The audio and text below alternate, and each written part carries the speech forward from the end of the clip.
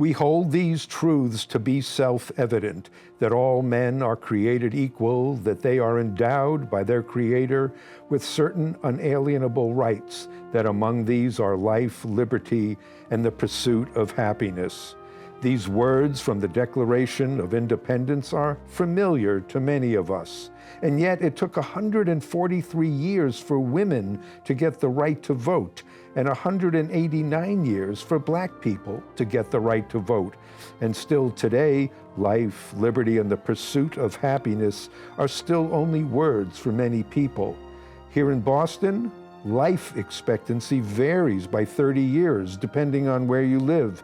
In Roxbury, with many poor and Black people, life expectancy is 59 years. In the Back Bay, wealthy and mostly white, life expectancy is 91 years.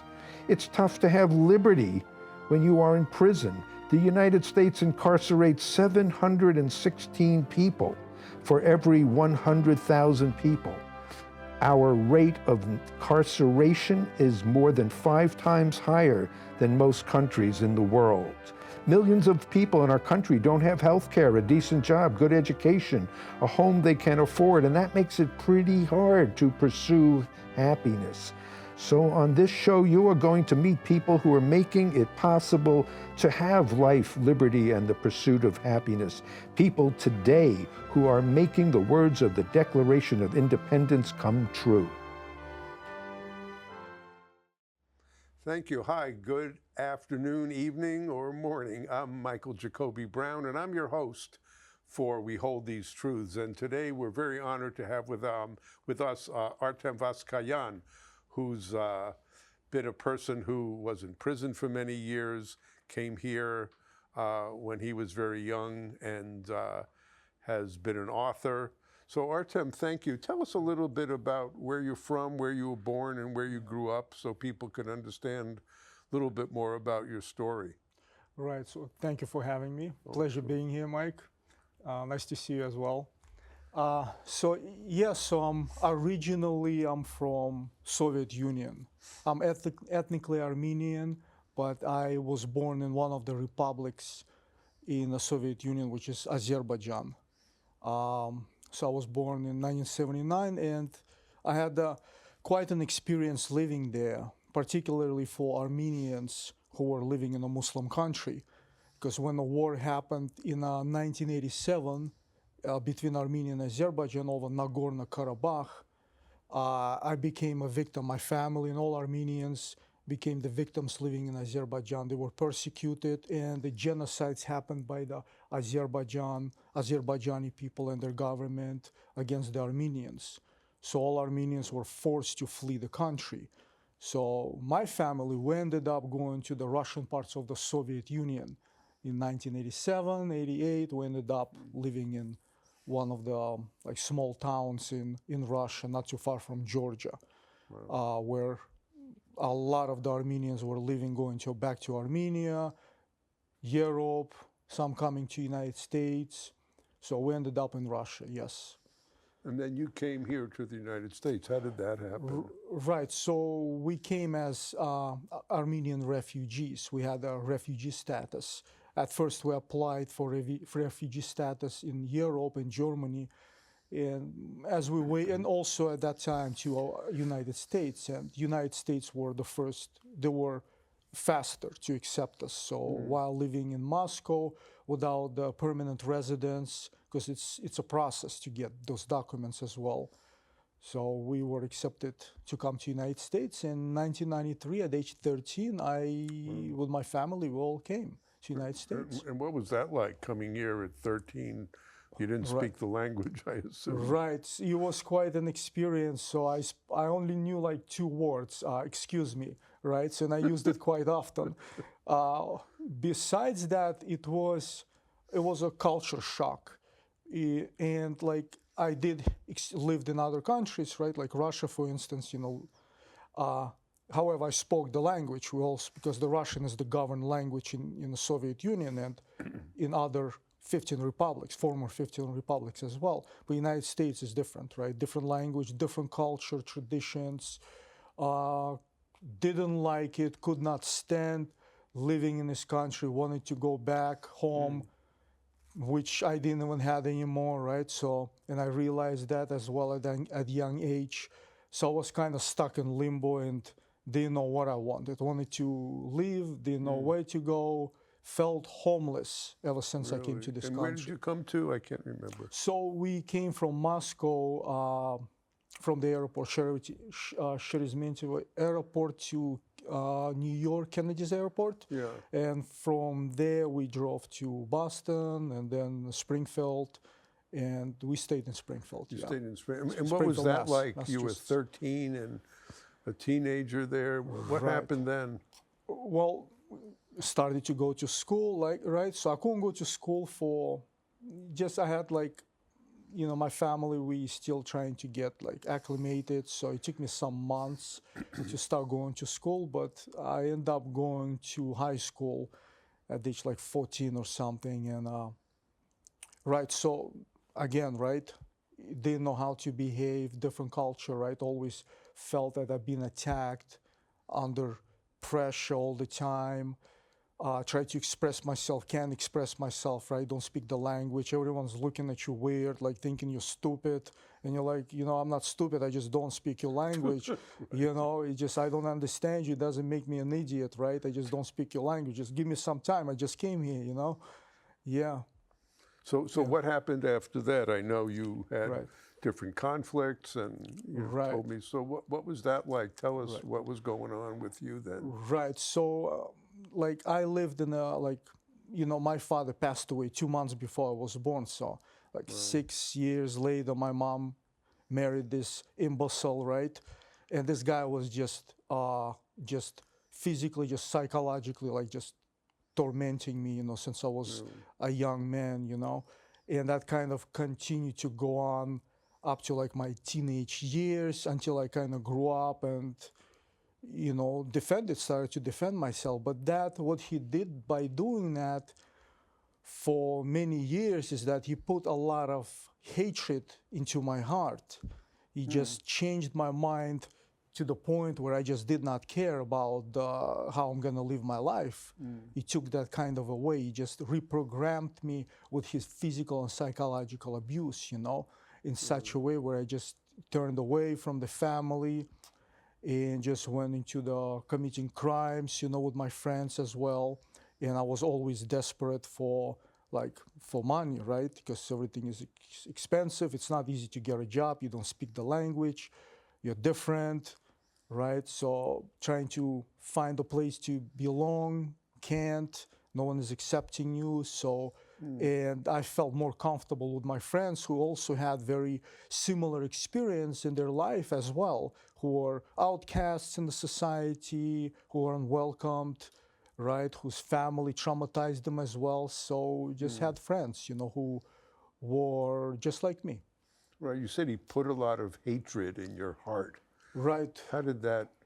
So I mean, that's hard to talk about, Right. perhaps. But what was that like, and how did that, affect you in what you did too? Well, I guess it kind of gradually started to build up, because I remember clearly, right, always problems with my stepfather, right? Well, when particularly just a person telling you since young age that you're useless, you're stupid, no one likes you, everyone's, you're bad, you're horrible. That kind of creates that animosity towards other individuals as well. You don't even realize how it's happening, but you're heading into that taking that negative path in life. And all of a sudden I found myself on that path and behaving in a way as he has been behaving with me without realizing it, because thinking that this is the right way to act with people and to think and to rationalize, right? So that kind of, besides having that hatred in my heart, it kind of gave me a mentality of not caring how my life is going to be, and always desperately need for finances, for money, right? Started commit to crimes, like I said, and eventually we did the stupidest, the most horrible thing that I've made in my life. We got together thinking about like making some money, but I ended up robbing innocent people, getting in a house, and next thing you know, one of my co-defendants, one of my friends, there's a fight breaks out all of a sudden, and the victim gets shot twice. Thank God he didn't die, but he did go to a hospital eventually. And 2 days later, he was out, but it wasn't life-threatening injuries. Thank God for that. But overall, a year later, one of my other co-defendants ends up committing, like throughout the years, he'd been committing crimes, but a year later, he ended up getting caught for something else. And to weasel himself out of this situation, he offered them information on this crime that he did participate in, mentioning my name and my co-defendant's name. And a year later, so he writes like 8-page affidavit statement against me. And a year later, we get arrested, right? I get arrested and charged with a home invasion, assault and battery, dangerous weapon, with gun, with stick, with knife, all of that. And this all happened when you were how old? 19? So it happened the crime happened when I was 19, and at age 20, I get arrested and charged, right? And I spent 13 months in a Ludlow County jail awaiting trial. Wow. Right. And then what happened? So going to trial, right? So everyone knows trial attorneys are extremely expensive, right? Don't have the money. So I'm stuck with a public defender, or like a lot of us in prison say, public pretender, right? Yeah, because that's exactly what happened. So during trial, like I don't speak English, right? No English at all. I get this interpreter speaks Ukrainian, and I'm like, excuse me, I speak Russian, right? And somewhere like between Ukrainian, Russian, like, I'm like, listen, this is not working out. And with my broken English, I don't remember, I think my trial attorney that I'm all set with the interpreter, I'm good, I'll just, whatever I understand, I'll manage it, I'll manage it on my own. So I have no interpreter. The trial attorney, I've seen him only like a few times before the trial, right? Before the trial starts, and here we are going to trial. And since there was no evidence against me, I'm in my mind thinking, okay, I'm actually gonna get away, right? And why not? Because, my trial attorney tells me that I could face 20 years. And I'm like, 20 years? Okay, well, I only been on this planet for 20 years. So for me, it's like incomprehensible amount of years, So I'm like, and the prosecutor offers for a deal 20 years. So I'm like, okay, I'm not a great mathematician, but this makes no sense, right? You're giving me 20 years if I were to lose trial, and if I would go to trial. I mean, if you give me a deal, it's 20 years, but if I were to lose trial, you're still giving me 20 years. Let's go to trial then, right? But before even that starts, like during 13 months that I've been in a county jail, out of them, I've been 6 months in a hole, in isolation. Wow. And the reason for that was because the informant, every time he would see us in population, he would run to the captain, to the administration, and tell them, oh, I seen my co-defendant, I'm scared for my life, please help me. And they would come, instead of putting him in a PC, protective custody unit, they would come for me and put me in a hole for a month. Like every week, 2 weeks would be like pending investigation. So here I am, months in a hole. And being in a hole, which is isolation unit, right? Ain't no picnic. They starving you, they don't give you enough food. There are no windows in a cell. You get a shower 3 times a week, right? You go on a rec deck to see the sun for an hour 3 times a week. A phone, you get to call your family 15 minutes like every other day. You have to be on a list if you get lucky, if you get to the phone, right? And at that young age, it just psychologically it was suffocating me, being in the dark. Didn't know who to reach to. There were no people to reach out. There are no caseworkers, social workers. There are no one to talk to. Like all you hear in the isolation unit is screaming, people crying, people mutilating themselves with whatever the plastic just to get some, because they can't handle it.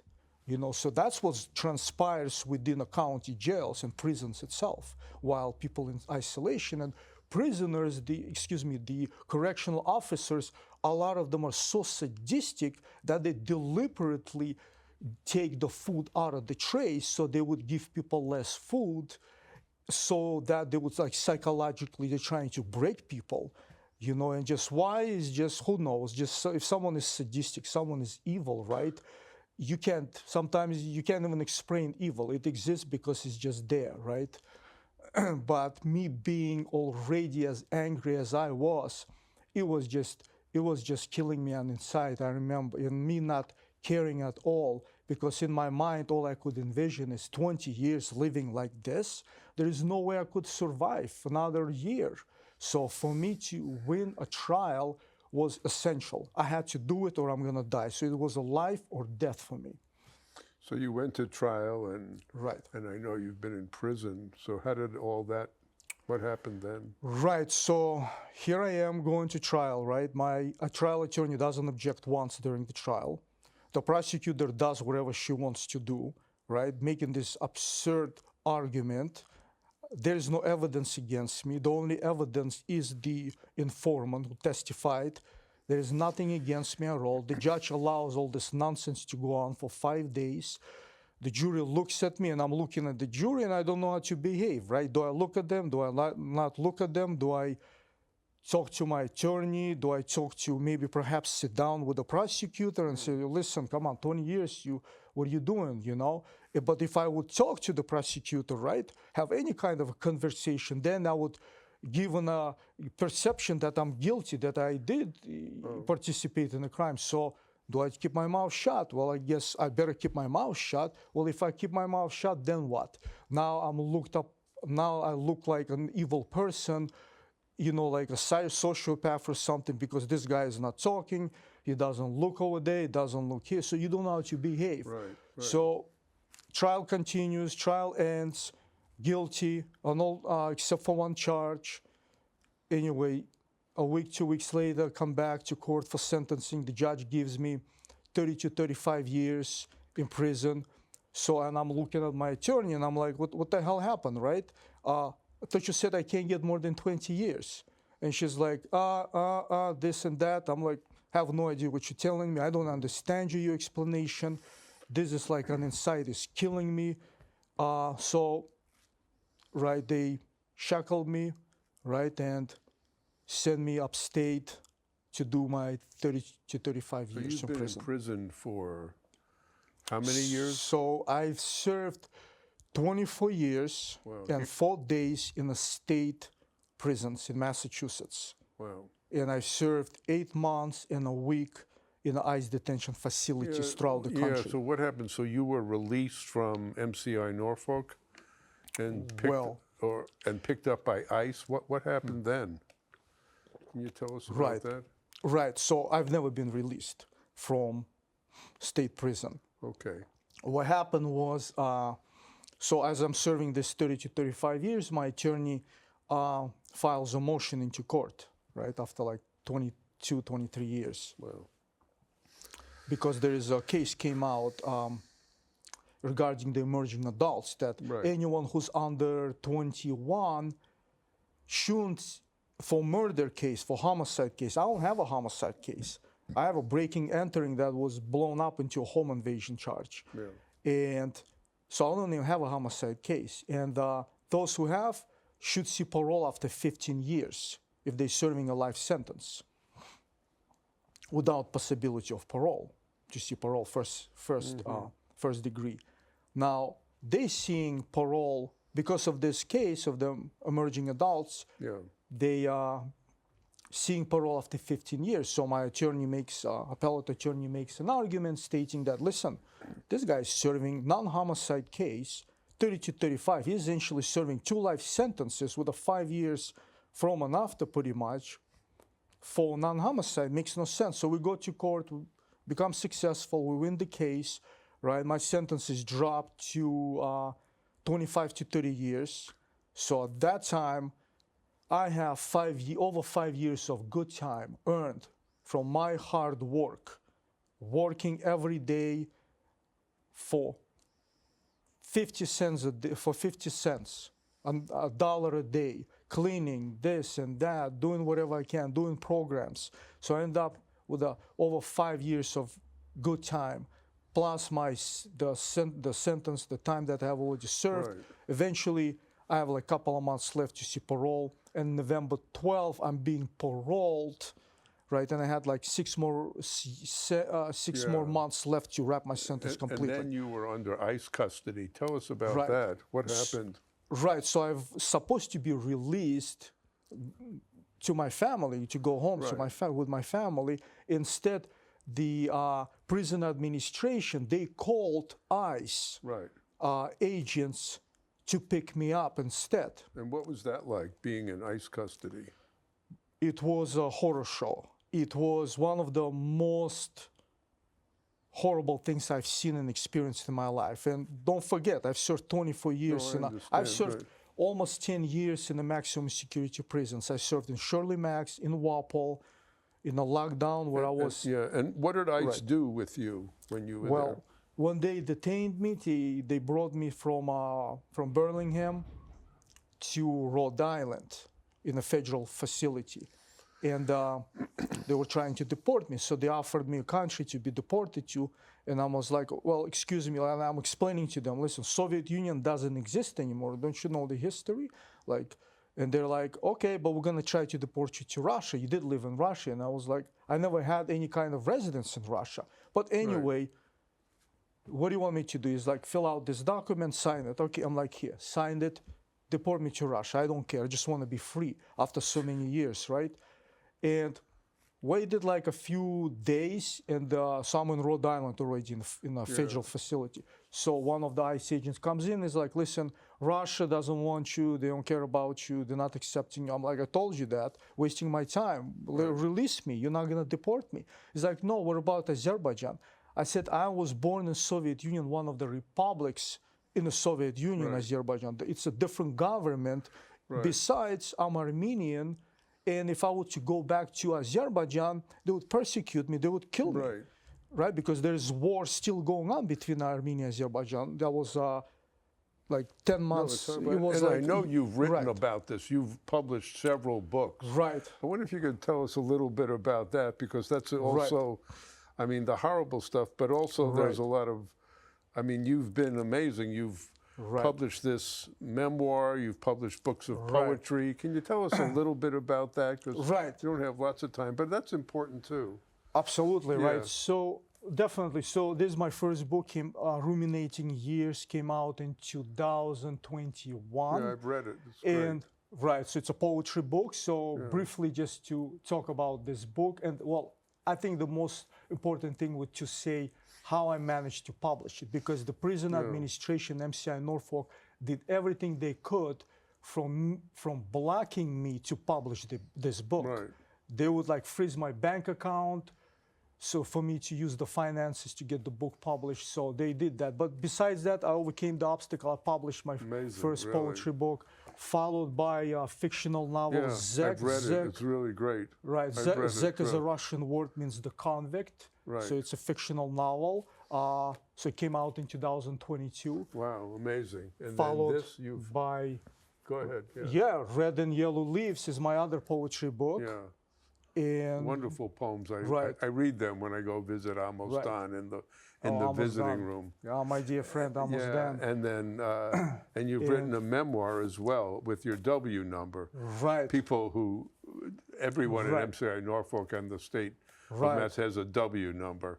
Exactly right. So, well, it's been my name. W70367 has been my name for 24 years and 4 days in Massachusetts. So there's autobiography, Becoming W70367.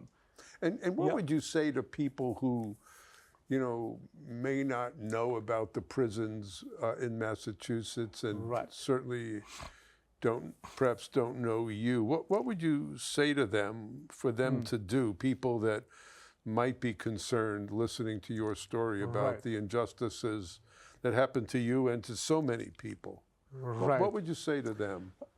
I would say reach out to people who are in prisons and get to find out and ask questions.